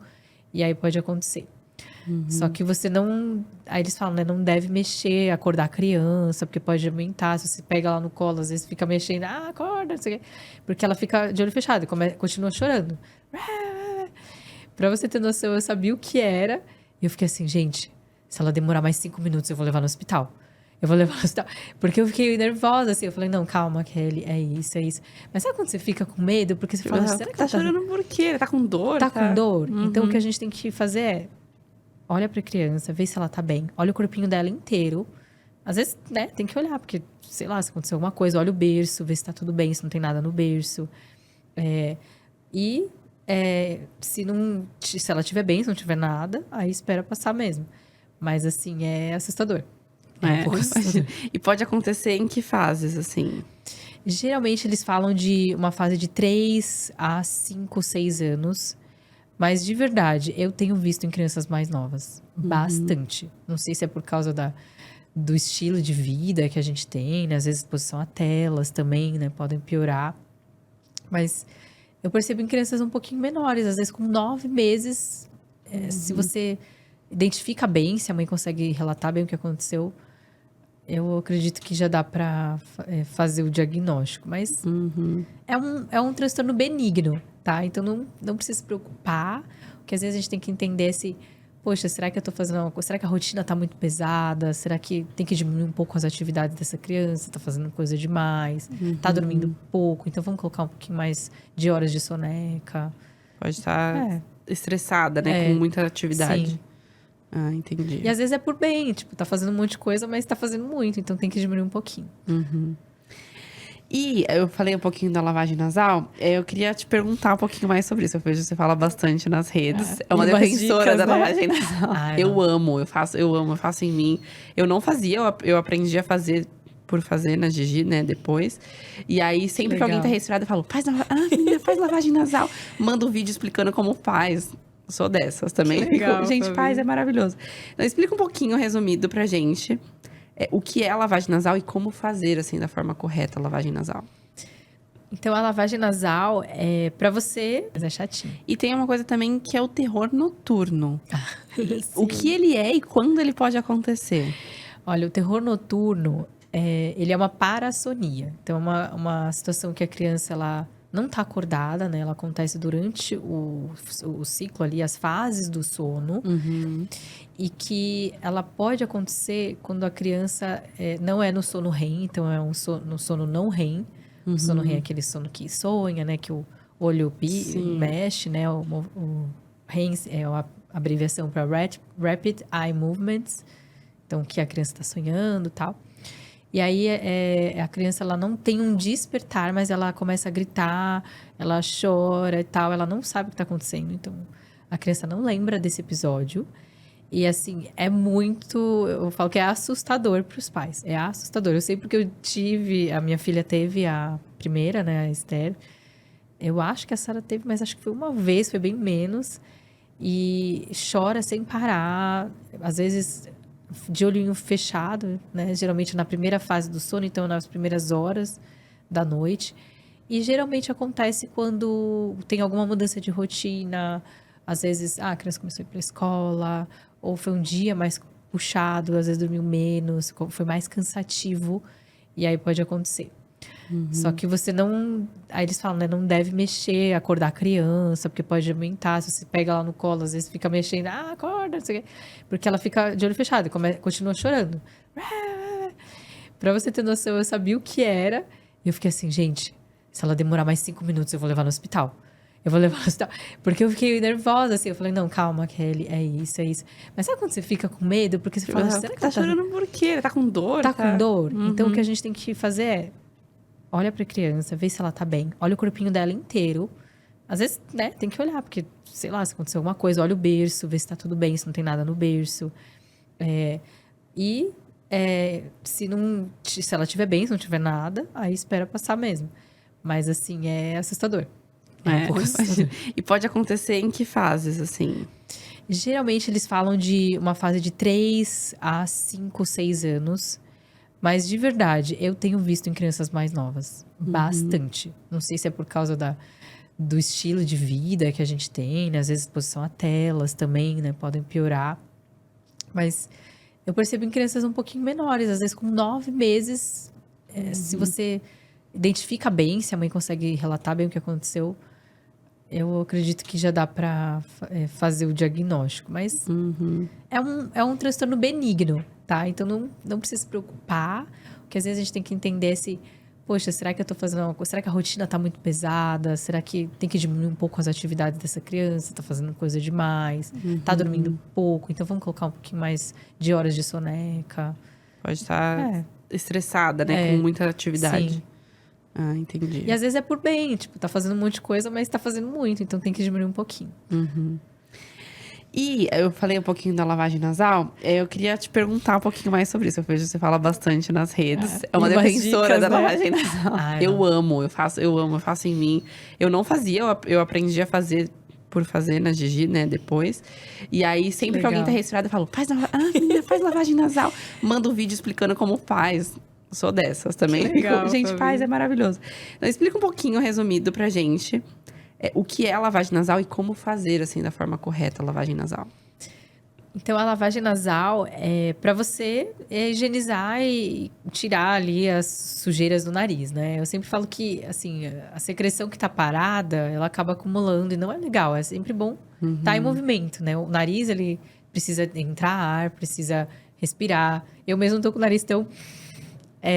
né, assim, tenho uma rinite que eu falo que eu tenho que lavar o nariz pra sempre, né? Sim. E aí, a gente que mora em São Paulo, tem São esse Paulo, tempo doido, né? Poluição, tudo. Então, eu falo que a lavagem nasal você pode fazer independente de estar doente ou não. Primeiro ponto. Porque é como uma higiene. Eu brinco que é como nós escovamos nosso dente, né? Tomamos banho, e isso virou uma rotina, é um ritual nosso. Por que não também incluir a lavagem nisso? Né? E aí você, obviamente que fazer do jeito certo também é bom, porque o pessoal vai falar, mas dói o ouvido, mas não pode por causa disso. Então, tem vários dispositivos hoje, né? Antigamente nem tinha tantos.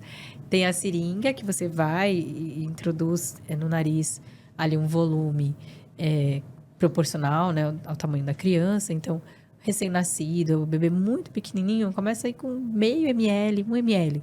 Aí, quando a criança é um pouquinho maior, aumenta para 2, 3 ml. Perto de 1 ano, já dá para fazer com 5 a 10. Adulto, dá para fazer com 20 e tal. Na seringa. E tem aquela... E é uma lavagem, sempre que você tem que fazer, não é velocidade, né? Então, a gente às vezes vê até vídeos que você faz muito rápido. E quando você faz rápido, ou seja, uma velocidade alta...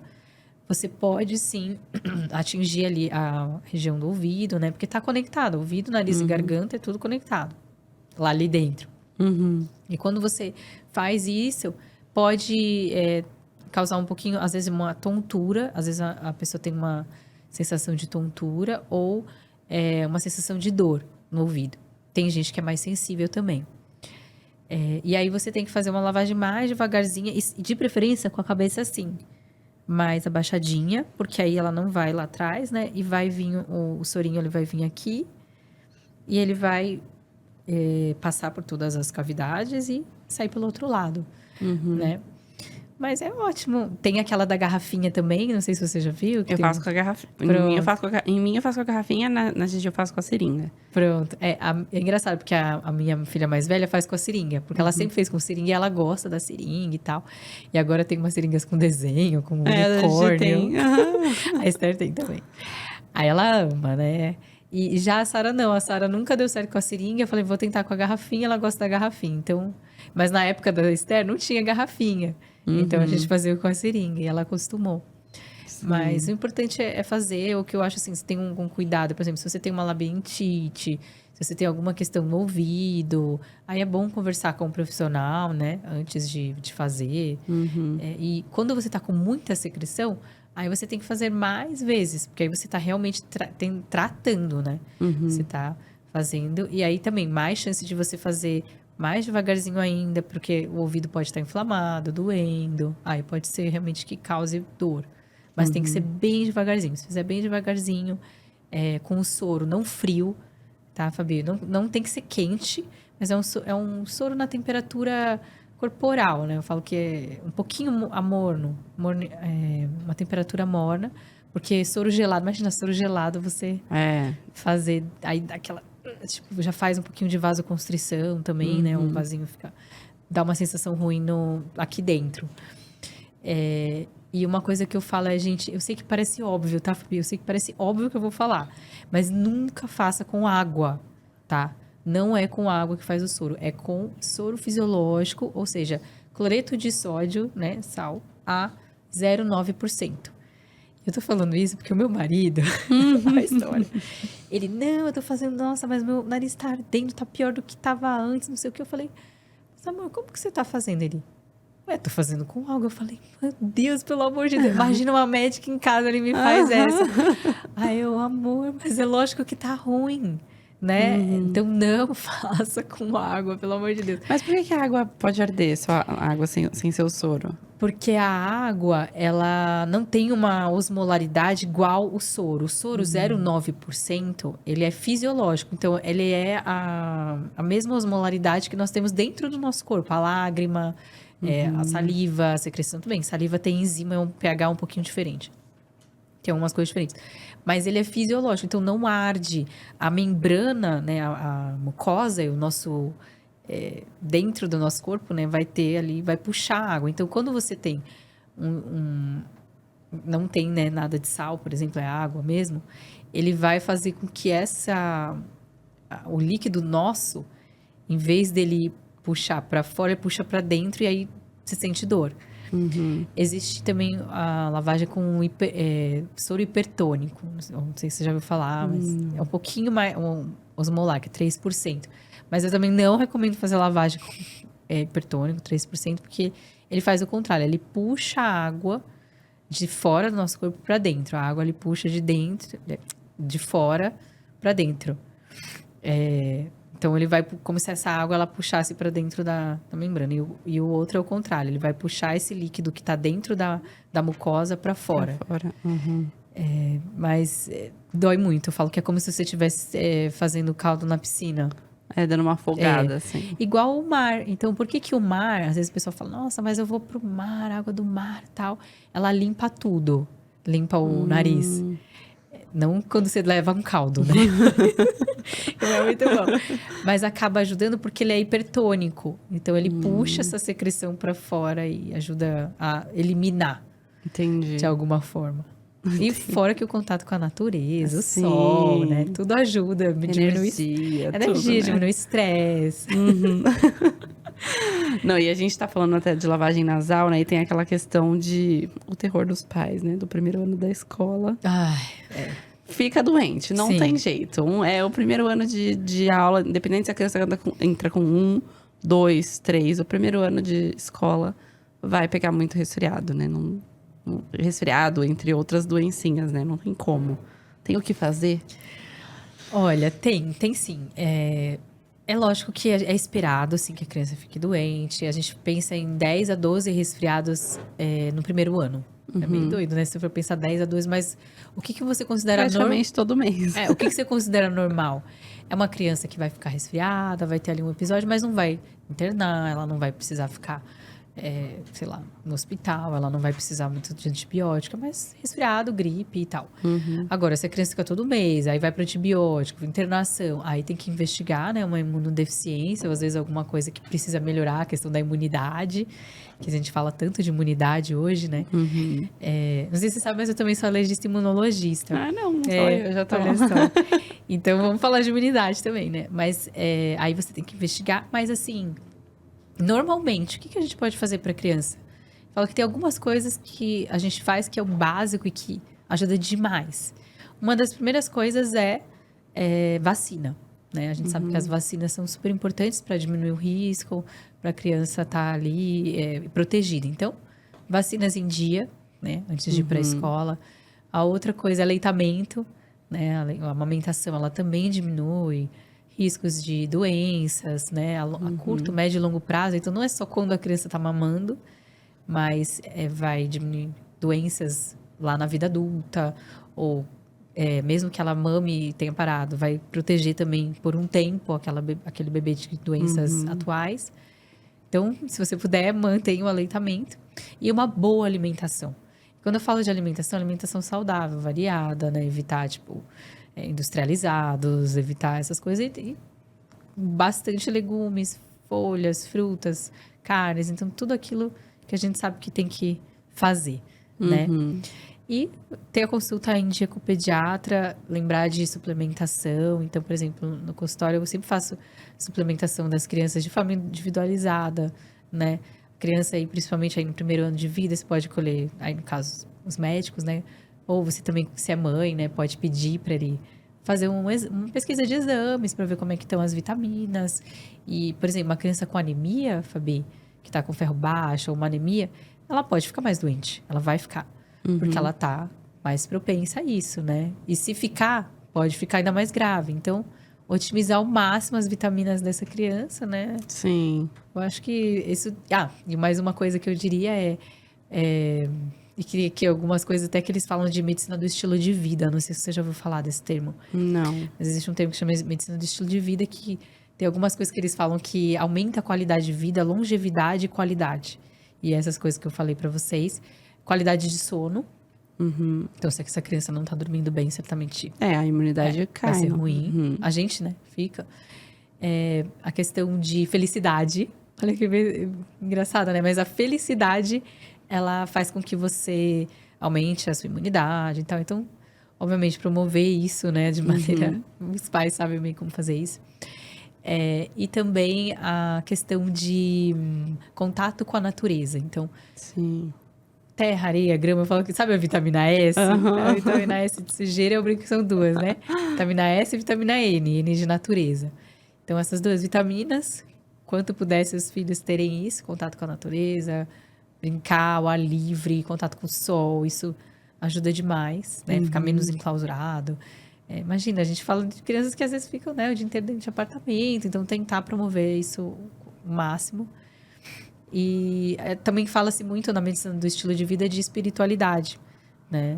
Ciência comprova, né, que você ter uma espiritualidade, seja, né, ter isso na sua vida também faz com que aumente a longevidade e a sua qualidade de vida. Então, acho que todas essas coisas para criança também, por que não? Sim. E aí, a gente falou de outra especialidade que eu nem sabia que você tinha. E vamos falar de mais uma que você tá se especializando, né?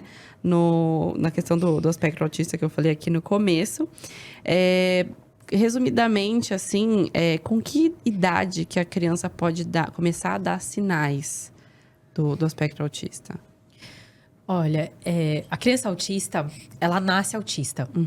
E parece uma coisa meio, né? Mas é importante vocês saberem que é um transtorno do neurodesenvolvimento, de forte origem genética, né? Então, existe uma genética do autismo, que essa criança vai ter mais risco. Essa criança tem uma genética forte, ela pode não ter autismo? Pode. Mas aí, enfim, é multifatorial, tem outras coisas também que causam, mas é essencialmente genético. Tem a epigenética, então o meio também influencia aquela criança, se ela vai ter, por exemplo, um risco maior ou um espectro mais grave. Vou dar um exemplo de epigenética. A epigenética é o meio influenciando a genética. Uma criança prematura tem muito mais risco de desenvolver autismo. Se ela tem uma genética de autismo e ela nasce prematura, muito mais chance. Né? Uma criança que nasceu de baixo peso, uma criança que a mãe, por exemplo, teve alguma infecção daquelas doenças intraútero, por exemplo, rubéola, citomegalovírus, aquelas que a gente faz toda aquela serologia certinho, né? Aumenta a chance, né? Então, até uma criança, por exemplo, que nasceu... Tem alguns estudos, né, que mostram hoje, por exemplo, FIV, a idade dos pais influencia. Então, principalmente a idade do pai. Então, pai acima de 40 anos aumenta também a chance da criança ter um pouco, né, aumenta o risco dessa criança ter autismo. Não significa que ela vai ter, tá, gente? Tô dizendo coisas que aumentam. Então, você vai somando, né? Eu falo que existe uma teoria que chama a teoria do copo. É como se você estivesse colocando ali as coisinhas naquele copo. Então, a criança tem genética, beleza, nasceu assim, o meio... Por exemplo, nasceu num lar que não teve muito estímulo, não teve estímulo nenhum. Um bebê que fica o dia inteiro na tela, que não tem estímulo cerebral, fica lá, não tem um cuidador que fica o tempo todo estimulando, né, a mãe. Então, pensa, por exemplo, em orfanatos, né, criança que nasceu com negligência mesmo ali. Aumenta o risco e aí você vai enchendo esse copinho, né? Se a criança já tem uma genética muito forte, um parente com autismo, aumenta essa chance. E aí o copo transborda. Quando o copo transborda, a criança está no espectro. Né? Então, e aí tem variações. O espectro é muito grande, Fabi. Então, existem casos que são muito sutis, mas muito mesmo, que você fala, nossa, essa criança, mas ela tem mesmo? Porque é um espectro. Então, ela tem sinais e às vezes é imperceptível. Ou não tem cara, não tem rosto, né? Sim. E tem aquela criança muito grave, que não fala, que realmente depende completamente dos pais e tal. Ou aquele adulto, né, que não vai não vai conseguir se desenvolver, não vai ter uma vida em sociedade, por exemplo, porque ele não conseguiu adquirir essas habilidades, era muito grave. Ou não teve também o tratamento correto. Mas a partir de que idade dá pra perceber os sinais, claro. assim? Falei um monte, mas tudo isso para chegar na idade. Sim, para explicar. Para contextualizar, porque a gente tem estudos hoje, né, que fora do país, Estados Unidos, principalmente Estados Unidos e Canadá, que você já consegue identificar crianças de risco, ou até mesmo fazer o diagnóstico com crianças de 9 meses. 9 meses, é bem cedo, né? Se você for pensar. E aí, por que 9 meses? Porque 9 meses é uma criança muito social. Ela é um ser social, né? Quando é muito bebezinho, a gente observa sinais já desde pequeno, porque você faz um recordatório posterior. E todos os pais, as mães, eu falo que eu faço isso muito no consultório, porque eu quero entender mais, entender aquela criança, quando que a mãe começou a perceber. Então, faz o diagnóstico com tal idade, fez com 2 anos, por exemplo. Só que a mãe percebia sinais desde 2, 3 meses. Tem situações. Mas era coisa que, poxa, fazia, mas não fazia tanto, né? Isso quando a criança tem um autismo que não é o regressivo, tá? Não é o mais comum. Quando a criança já apresentava sinais desde bebê. Então, é uma criança que não olhava no olho, ela não olhava para os pais, não sorria, era uma criança muito quieta, não balbuciava, ela não fazia... O bebê faz isso. Quando você olha no olho, 2 meses de idade, você olha para um bebê, pro seu filho, fica assim, faz... né? Faz esse barulhinho. A criança imita você, ela olha para você no olho, ela dá risada, ela fica te provocando, sabe? Ela fica... dá aquela tossidinha, eu falo, com 6 meses... A criança começa a tossir. Aí os pais olham. Aí ela para. Aí, tipo, ela faz assim, né? Aí depois, beleza, faz de novo. Porque ela entende que se ela tossir... Olha que coisa doida. Olha como o nosso cérebro funciona. Ela entende que se ela tossir... Ela tá se comunicando, né? Ela vai ter a atenção do pai e da mãe. Então, pensa num bebê que não faz nada disso. Ele não olha no olho, não sorri, não responde o nome. Então, com 6 meses... A criança começa a responder pelo nome. Mas com 1 ano de idade, Fabi, se a criança não responde o nome, é um sinal muito claro. Assim, não é um sinal de autismo, mas é um sinal de risco altíssimo. Tem que procurar ajuda. Tem que procurar saber. Uma criança que não há 1 ano, vou falar 1 ano, porque assim, 1 ano a gente já consegue identificar, tá, Fabi? Consegue. Casos clássicos, né? Óbvio que tem aquele caso sutil que não vai ser identificado com essa idade. Mas uma criança que não aponta, ela não bate palma, ela não imita, ela não fala mamã, não fala papá, né? Com 1 ano de idade já fala mamã, papá. Não responde o nome. Então você chama, né? O nome, tipo, minha filha Sara, chama Sara, como que é o nome dessa mulher? Gigi. Gigi, não olha, né? Então isso é muito claro, assim. Aí, óbvio que tem critérios, né? Existem critérios para fazer o diagnóstico do autismo, mas esses são sinais muito precoces que eu tô dando aqui para vocês que vai ajudar. E cursa muito também, pode cursar bastante, principalmente o autismo mais clássico, né? Mais assim, que não é regressivo, com atraso motor. Então, às vezes, uma criança que não engatinhou, uma criança que demorou para sentar, demorou para ficar de pé, para andar, era muito molinha, né? E essa coisa de não socializar, né? Eu falo que a criança de 9 meses, ela te provoca. Se tivesse uma criança aqui nessa sala de 9 meses, já engatinha e tal, se você não dá atenção para ela fica... começa a gritar, começa a chorar. Tô aqui, né? Então, eu falo que a criança tem que existir. Eu brinco que ela tem que existir no sentido de, tipo, ela tem que te provocar. Ela tem que fazer você chamar atenção. Não mexe aqui na tomada, não sei o que. Se ela não tem essa iniciativa de querer o outro, de conversar com você, sabe? De querer te chamar a atenção, tem que chamar atenção, no caso. É um sinal de alerta. Ligar o alerta pro autismo. E tem diferença, no caso de meninas e meninos, nos sinais? Tem diferença? Tem. Assim, o autismo ele é muito mais comum em meninos. A relação é de 4:1. Então, para cada 4 meninos com autismo, tem uma menina. Sim. Geralmente, quando tem menina, às vezes é até mais grave, né? Tem sinais de meninas... E também, meninas, às vezes, o sinal é muito mais sutil. Então, o que a menina acontece? O sinal é muito mais sutil, a não ser essas que são muito graves, né? E você já descobre logo, porque elas têm muita alteração. Mas o cérebro do menino, né? No caso do cérebro do menino e da menina autista, é diferente. Porque as mulheres, né? A mulher, ela é mais propensa ao social. Então, às vezes, aquela menina que vai ser mais quietinha, que não vai falar, ou que vai falar pouco, que ela não consegue entender, por exemplo, ironias, as nuances do comportamento. Ela faz muita ecolalia, que é tipo repetir a palavra, mas não consegue contextualizar. Então, você fala assim, oi, tudo bem? Ela vai falar, oi, tudo bem? Ela não vai responder. Qual o seu nome? Qual o seu nome? Repete. Isso que é ecolalia. E o menino não. O menino ele tem uma questão de ser menos social, né, o homem no geral. Mas no cérebro mesmo, isso funciona dessa forma. Que é o que falam muito, assim, menino anda mais cedo, menina fala mais cedo. Tem muito essa comparação, assim? Tem essa comparação, mas, então, principalmente por causa do cérebro, né? A região da amígdala, enfim, que tem no cérebro, ela é mais desenvolvida na mulher. E tem essa propensão ao social. O homem não tem menos essa propensão. Então, os meninos, realmente, têm maior risco, né? E eles são, geralmente, aquela coisa de ser mais agressivos. Muitas vezes,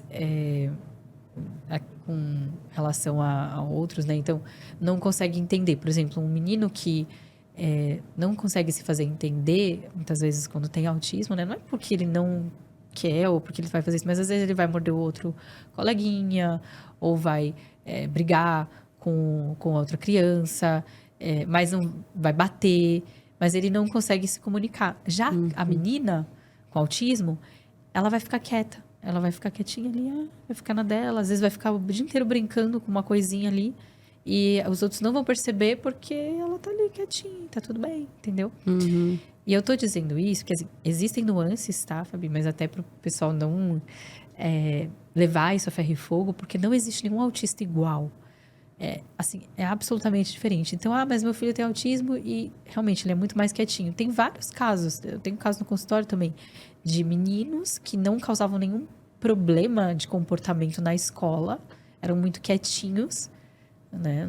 Não brigavam com ninguém, não batiam ninguém, mas tinham autismo, porque não tinha comportamento desafiador.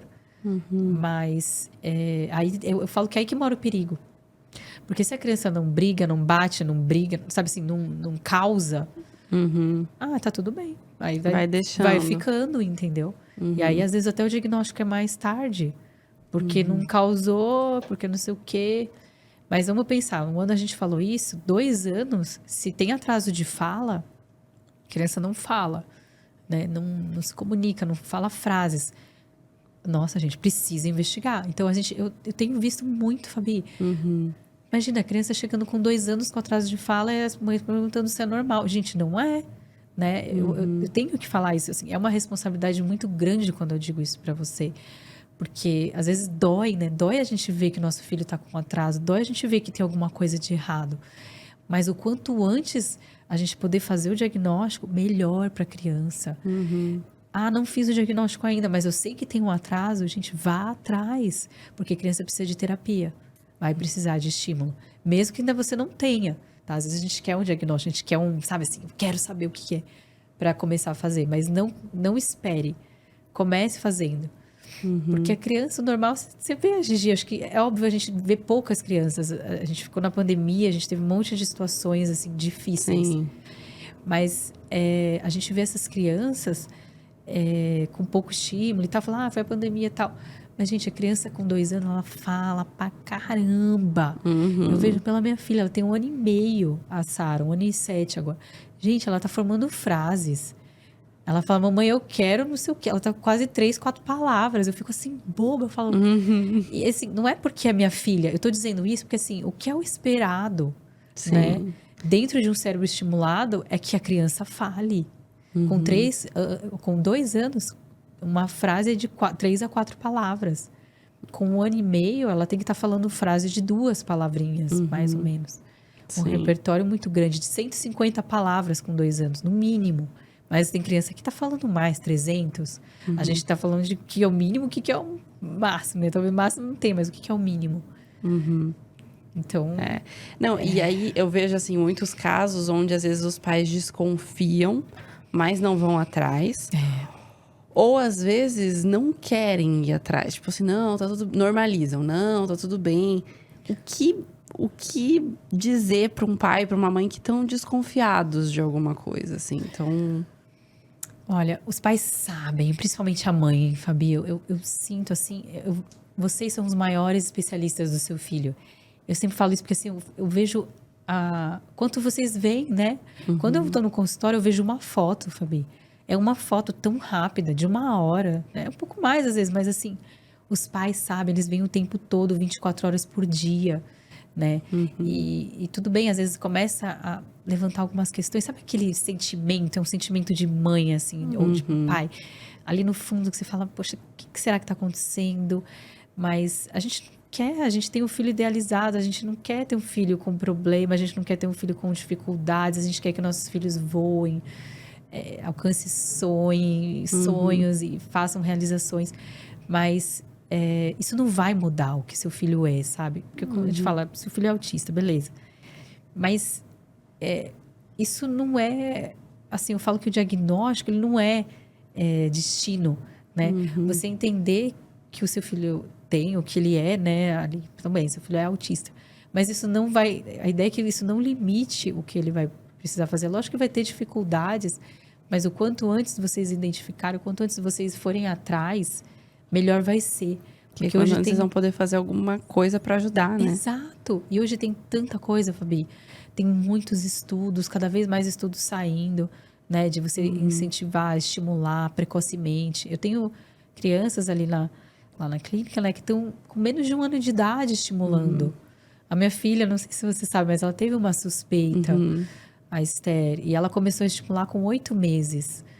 Nossa, foi muito difícil para mim, Fabi. Eu falo isso assim, eu falo hoje tranquilo, mas na época, quando ela teve, eu chorei por 1 mês inteiro, todos os dias. Todos os dias. Era uma coisa assim que ficava na minha cabeça o dia inteiro. Não tem como aquilo sair. Sabe quando uma coisa não consegue sair da sua cabeça, da sua mente? Sim. Você pensa o tempo todo naquilo. Virou até ficou assim, realmente difícil. Foi bem difícil aquele mês para mim. 1 mês, 40 dias, foi mais ou menos isso. Mas isso, assim, foi uma dificuldade, mas não foi uma coisa que me impulsionou, né? No sentido de, tá, o que eu vou fazer? Atrás. Eu não fiquei parada, né? Eu fui correr atrás e tal. Enquanto eu falo que enquanto eu chorava, eu também estava correndo, né? Porque não foi fácil. E ela foi estimulada, tal, fez terapias. Busquei o que tinha de melhor para ela, né?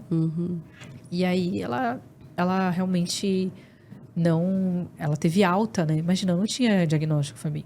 Com 8 meses, eu passei nos especialistas, então eu falava assim, Kelly, não sei, não parece, não era um clássico, não era, como eu te falei, ela não olhava na mamada, ela fazia um movimentinho com a mão assim, mais ou menos, não sei se assim o pessoal tá vendo. Com o pezinho também, ela tinha um pouco dessa coisa de rigidez, de rotina, de não sei o quê. Que até hoje ela é um pouquinho, viu? Ela tem um pouco dessa rigidez. Eu falo, filha, né? A gente tem que manejar um pouco esse comportamento. Mas, aí eu falei, tá bom, não vou esperar, vou fazer agora. E foi o que ajudou. E tem estudos que mostram que se você faz uma intervenção bem precoce em crianças de risco, ou seja, crianças que têm, sei lá, irmão autista, alguma coisa assim, essas crianças, comparadas com crianças que não estimularam, por exemplo, 3% vem a fechar o diagnóstico. E contra 40% fecha um diagnóstico quando não tem estímulo nenhum precoce. Então, o estímulo e a intervenção precoce é a chave para a gente mudar a vida dessas crianças. Desconfiou de alguma coisa, vai atrás. Pode não ser nada? Pode, mas na dúvida, pode vai não atrás. ser nada. E o que eu acho, assim, é também ter esse olhar do profissional, sabe, Fabi? Porque eu acho que os pais, eles estão mais de olho. Os pais estão sabendo mais, a gente está cada vez falando mais, estudando mais. Tem pessoas, né, como você aqui no podcast, que trazem informação. E às vezes os pais buscam, né? Eu fiz um episódio com a Mari do Simples Assim, que ela recentemente divulgou essa questão que ela é uma mãe atípica, né? Então, o filho dela tem 2 anos e meio. E a gente falou bastante sobre isso aqui, né? Sobre essa questão de como foi todo esse processo do diagnóstico. E ela falava, os médicos às vezes falavam, não sei o que. E eu falava, tem alguma coisa. Tem alguma coisa. Cara. Vou em outra opinião. Quero mais uma opinião. Até ela chegar e chegar no diagnóstico. Quantos médicos ela buscou? Não sei. Ele já estava fazendo várias terapias. Ele já estava em terapia. Ela começou a fazer as terapias e tudo, porque ela sentiu atraso de fala, entre outras coisas. Mas assim, nenhum médico dava 100% de diagnóstico. E ela falou, no fundo eu já sabia, mas eu não tinha diagnóstico. E até que ela chegou numa médica, que a médica falou assim, não, mas ele tem, você não sabe? E ela falou, ninguém nunca me falou, sabe? Ninguém nunca, né, diagnosticou, laudou, nada. Olha só. Mas ela falou, não, ele já até faz as terapias e tudo. E ela falou, pra mim, aquele momento foi... Ela falou, eu chorei muito, mas ao mesmo tempo foi assim, eu não sou louca. Alívio. Um alívio, assim. E ela falou, a partir disso, eu consigo ir atrás. Então, o que eu posso fazer de melhor pra ele? Ela falou, fui estudar, fui entender. Então, a questão de não gosta de mudar muito a rotina. Ela falou, eu mudava o quarto dele o tempo inteiro. Então, eu falei, não, então agora eu entendo que isso pra ele não é legal. Então, eu vou fazer diferente. Então, ela falou, pra mim, o diagnóstico não foi com essas palavras, mas assim... Foi meio que libertador no sentido de você poder saber agora o que você pode fazer, como você pode agir, né? E quais são as possíveis formas de ajudar. Então, ela falou, mudou muito, assim, de saber, de ir atrás. Mas tem muita gente que não quer ir atrás, né? Então, tem isso também. Não quer saber. Eu acho que assim, os pais, eles passam por uma fase, né? Quando você tem um diagnóstico, existem aquelas fases de luto, né? Que até nós estudamos na medicina, que tem a fase da negação, aí depois tem a fase de aceitação. Então, provavelmente, essas pessoas que estão nisso estão na fase de negação, né? Mas, às vezes, a fase de negação pode demorar muito e aí a criança acaba sendo prejudicada por causa disso, né? Então, o meu recado é, procurem, gente. E se tem alguma coisa... E eu até falo, como você falou, se tem alguma coisa errada e você passou no médico, ele falou que tá tudo bem, não sei o quê, não falou nada... Procura outra opinião. Porque teve um caso no consultório também de uma menina, inclusive, que é mais raro, né, menina? Mas que eu fiz o diagnóstico, tava com quase, acho que 3 anos a criança. E até uma mãe falou que uma médica mandou ela fazer terapia, que o problema dela era ela, não era a criança. Que ela ficava fazendo as coisas da criança, sei lá, imagina... Aí você fica pensando assim, o que passa na cabeça dessa mãe, né? Achar que ela é a culpada e depois não sei o quê. Então, os pais, eu falo que estão procurando. Eu acho que tem pais que não estão, mas sabem, talvez lá no fundo, mas estão nesse processo de dor, né? É que acho que muita gente pensa o diagnóstico é uma sentença, né? E na verdade não. Assim, a criança, você tendo diagnóstico ou não, se a criança tiver o autismo, ela vai ter. Ponto. Isso. Você tendo diagnóstico ou não. Mas com o diagnóstico e indo atrás da informação, você consegue ajudar essa criança, né? Então, ir atrás das terapias, ir atrás das possibilidades, né? Das condutas que você pode fazer a partir disso. Exatamente. Então, ajuda muito ali.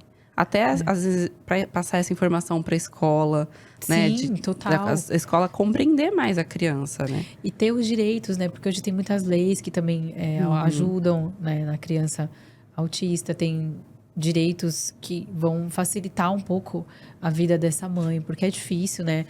As terapias são intensas, né? Intensas e muitas horas. Então, provavelmente, é muito difícil. Mas essa mãe, ela não consegue trabalhar. Às vezes, ela tem que parar de trabalhar para conseguir correr atrás, para fazer as coisas. Então, não é fácil. Não é fácil mesmo. Tem que estudar. Então, mas, assim, uma família engajada, uma família que entende o que é, com uma equipe que vai ajudar aquela criança a atingir o máximo do potencial dela, o futuro é promissor. Eu digo que o futuro é promissor para essa criança. É isso que a gente quer. Sim, sim. Ai, gente, a gente já tá há muito tempo aqui. A gente já falou de vários assuntos. Nem sabia várias especialidades, entendeu? Tem muita coisa pra falar. Mas eu queria agradecer pela sua participação. Foi incrível, a gente conseguiu falar de muita coisa. Tenho certeza que vai ajudar muita gente que tá nos acompanhando aí, pelo menos a tirar algumas dúvidas de alguns assuntos. Vou deixar também pra vocês, gente, os contatos o arroba aqui na tela e na descrição pra vocês. Mas também vocês podem ir lá, entrar no perfil da doutora Kelly, que lá vocês encontram curso, tem livro também, né? Tem um livro que é Maternidade Sem Culpa, que eu fiz com outras autoras, mas eu conto um pouco do meu relato, que aconteceu da Esther, tudo. Então, um livro de mãe, não é um livro técnico, eu falo que é um livro de mãe.